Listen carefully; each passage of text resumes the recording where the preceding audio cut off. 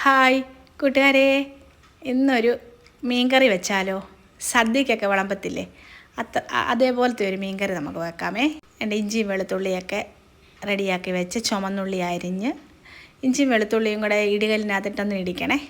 എന്നിട്ട് അതിൻ്റെ കഷ്ണം മീനാണ് മേടിച്ച് 1/2 കിലോ കേട്ടോ. നന്നായിട്ട് കഴുകി അത് എല്ലാം എടുത്തതിന് ശേഷം ചൂടാവുമ്പം കടുകും ഉലുവായും ഇടണം. ശകലം ഉലുവായും കടുകും ഇട്ടിട്ട് ചുമന്നുള്ളി ഇടണേ. ചുമന്നുള്ളി മൂത്ത് വരുമ്പം വെളുത്തുള്ളി ഇഞ്ചിയും കൂടി ഇടണേ. വെളുത്തുള്ളി ഇഞ്ചി ഇട്ടിട്ട് അത് മൂത്ത് വരുമ്പം 2 പച്ചമുളകും ശകലം കരിയാപ്പിലയും കൂടി ഇടണേ.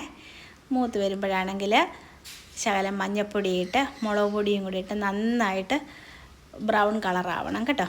നന്നായിട്ട് ഇളക്കിയതിന് ശേഷം വെള്ളം ഒഴിക്കണേ. 1 കപ്പ് വെള്ളം ഒഴിച്ച് കൊടുത്തിട്ടുണ്ട്. വെള്ളം ഒഴിച്ച് എന്നിട്ട് അതിനകത്തോട്ട് പുളിയും ശകലം ഉപ്പും ഇടണേ. ഉപ്പും ഇട്ട് നന്നായിട്ട് തിളച്ചതിന് ശേഷം മാത്രമേ മീൻ കഷ്ണം പറക്കി ഇടാവൂ. ഈ മീൻ പുളി മുന്നോട്ട് നിൽക്കണേ.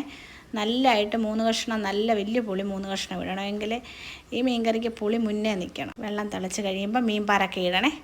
മീൻ പറക്കിയിട്ട് നന്നായിട്ട് അടച്ച് തിളച്ചൊക്കെ കഴിയുമ്പോൾ ഒന്ന് ഇളക്കിയൊക്കെ കൊടുക്കണേ, അടിക്ക് പിടിക്കാതിരിക്കാൻ. എന്നിട്ട് ചെറിയ തീയിലിട്ട് വേണം മീൻ കറി വേവിക്കാൻ. നമ്മൾ അടുപ്പയിലല്ലോ വെക്കുന്നത്, ഗ്യാസിലാകുമ്പോൾ മീൻ വേവണ്ടേ. മീൻ വേവാൻ വേണ്ടി ചെറിയ തീയിലിടണേ. ഇനി നമുക്ക് ശകലം കപ്പയും കൂടെ വേവിച്ചാലോ? മുറ്റത്ത് കപ്പ നിൽപ്പുണ്ടേ. അതുകൊണ്ട് ഒരു മൂടി പിഴുതിട്ട് 2-3 കിഴങ്ങെടുത്ത് വേണ്ട അരിയുവാണേ. പെട്ടെന്ന് വേവുന്ന കപ്പയാണ് കേട്ടോ. അതുകൊണ്ട് തന്നെ എൻ്റെ അടുപ്പത്ത് വെച്ചു, തിളച്ചു. എൻ്റെ വെളുത്തുള്ളിയും കാന്താരിയും തേങ്ങയും കൂടെ അരച്ച് എൻ്റെ അടുപ്പത്ത് വെച്ച് ഇളക്കി. നല്ല കപ്പയായിരുന്നു. എൻ്റെ മീൻകറി റെഡിയായി. എൻ്റെ കപ്പയും മീൻകറിയും കൂടെ കഴിക്കുവാണേ. എന്നാ ടേസ്റ്റാണെന്നറിയാമോ?